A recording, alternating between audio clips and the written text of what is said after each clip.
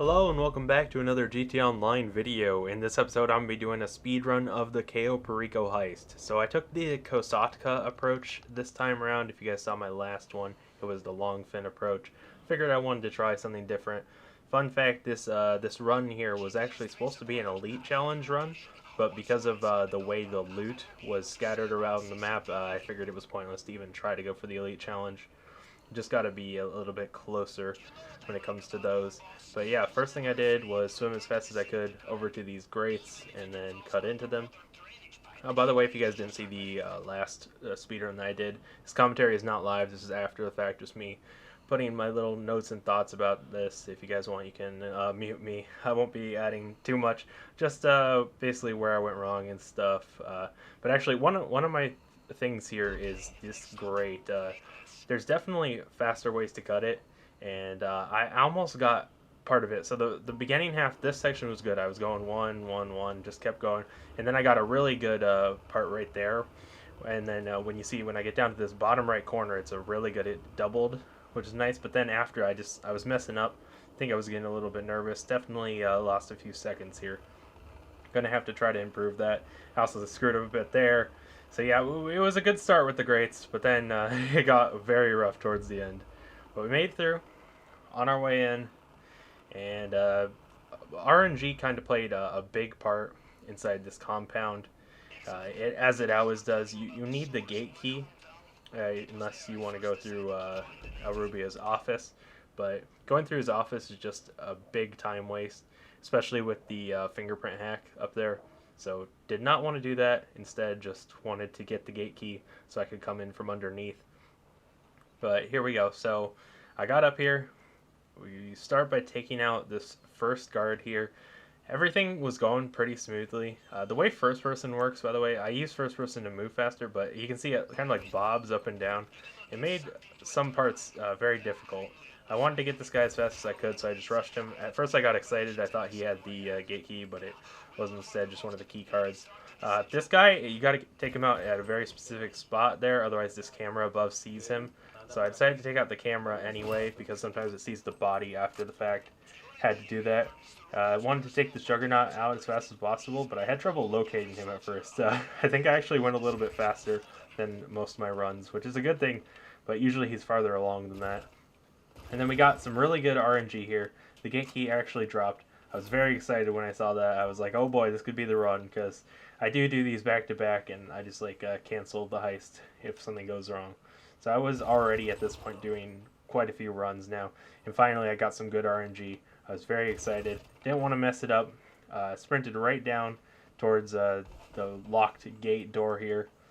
I was a little bit panicking at this point. You can probably tell from my movements, but we were making really good time. So far, the only real mistake was cutting open the grate. And I had an amazing keycard run here. I think it's about the best it could be. I mean, maybe I could be slightly faster if the spawns were a little bit different. I mean, yeah, I had that little hiccup there, but I recovered with an amazing speed for the rest of the part. Got my part of the hack done, other than waiting through all this, probably in like 12 seconds there. So it's about as good as you can do it. I mean, I'm sure I could save like a second, maybe 2 off if I went full sweat. But here, that caught me a little bit of time loss right there. Basically, it wasn't presenting the option to open up the gate door, so lost a bit of time there. But then we locked into this pretty quickly, and I've been trying to go a little bit more aggressive here with the cutter. So you can see I push it into the red a few times, and in my last run, I don't even think I touched red once. I was being way more safe. But I decided to be a bit more risky because I wanted to save that time. So we pushed it pretty far a few times here.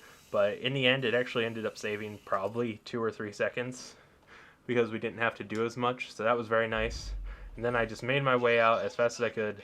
Basically the exact same way I came in. Sprinting through everything. Thankfully the door didn't get stuck on me there. It has done that a few times. And then I just wanted to go. I wasn't sure what route to take, which is why I paused here. I was thinking of going to the right, but I decided this route would probably be less guards, and I was definitely right about that. The guards had respawned, but they didn't respawn over in this area, which was nice. And then I've had trouble with these guys in the past on the left, so I decided to not kill them. I was debating. You can see me looking over, because usually I do kill them. But I decided to go and sneak past here, and there we go. We made it to the waypoint there, checkpoint, and because of it, the sirens went off for a brief moment, but we were good because we had already hit the checkpoint. I'm actually not even sure why they went off, because if you look at like the mini map, I wasn't even in the guard's line of sight or anything. But these cutscenes, they don't even count towards the time, which is why the video length here is longer than the actual time we got. So I pushed up here, I took out this guy, and then this was one of the most difficult parts, and I was debating even doing it because I was so far in the run. This can ruin your whole run. I decided to shoot these guards up ahead while on the bike. It saves a few seconds, but if I screwed this up, this would have just been the end of the run right here, and it would have been a very easy way to end the run. So I was able to do it pretty good there, though. That definitely was one of the biggest time savers. And then the guards haven't showed up on the minimap yet, not all of them at least. Got to get a little bit closer, but you can see I was taking a more outwards approach when I definitely think if I were to redo this run, I would have stuck way closer. But I did manage to make it around without being seen. And then I was going to stay on my bike, and next time I will be staying on my bike to push up here. But I got off my bike, took out my gun, and then I took out this first guy just fine. And then these two I screwed up, so it definitely could have been cleaner here. Yeah, I see I shot his shoulder there, and I believe that is what alerted the guards. It didn't matter. And then we got very unlucky there. There is a chance that you can just jump right into the boat, and that's what I was hoping for. But we lost probably like 3 seconds there, unfortunately, and we even got it on the wrong side because of it. So that was honestly probably the biggest time loss was the boat there. But it didn't matter too much because once you get on the boat, all you do is exactly what I'm doing here. You open up your snacks and you just drive. As long as they don't get like some crazy headshot on you, you're fine. And actually, now that I think about it, I didn't even consider this when I was watching the spec the first time. But if I wanted to avoid getting headshot and just ruining the run, I should really be equipping armor instead of snacks, because the armor would save me from a headshot for sure. So next time around, I'm definitely going to be doing that. I just thought of that as we're watching here. But this was honestly a pretty good run. I almost shaved an entire minute off of my previous best. So this is my personal best now. I'm definitely going to be working towards improving this even more. I mentioned quite a few of the improvements already. I don't know if there's a way to speed up that part. It's kind of like when you're in the water with the Kosatka as your escape vehicle.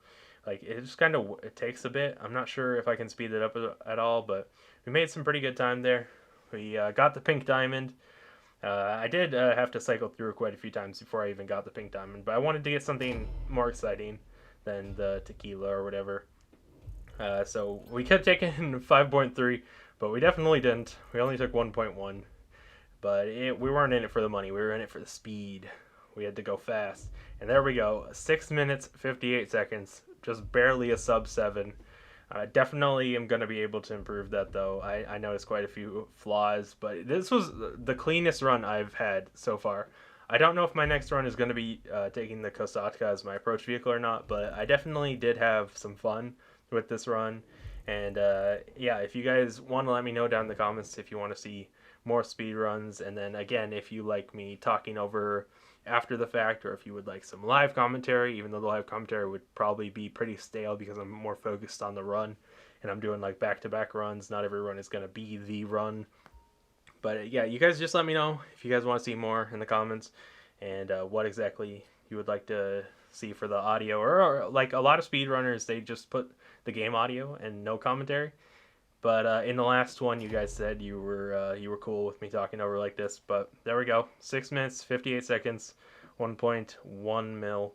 Not that bad. That is going to wrap up this video. I hope you guys did enjoy. And I will see you all next time. Peace.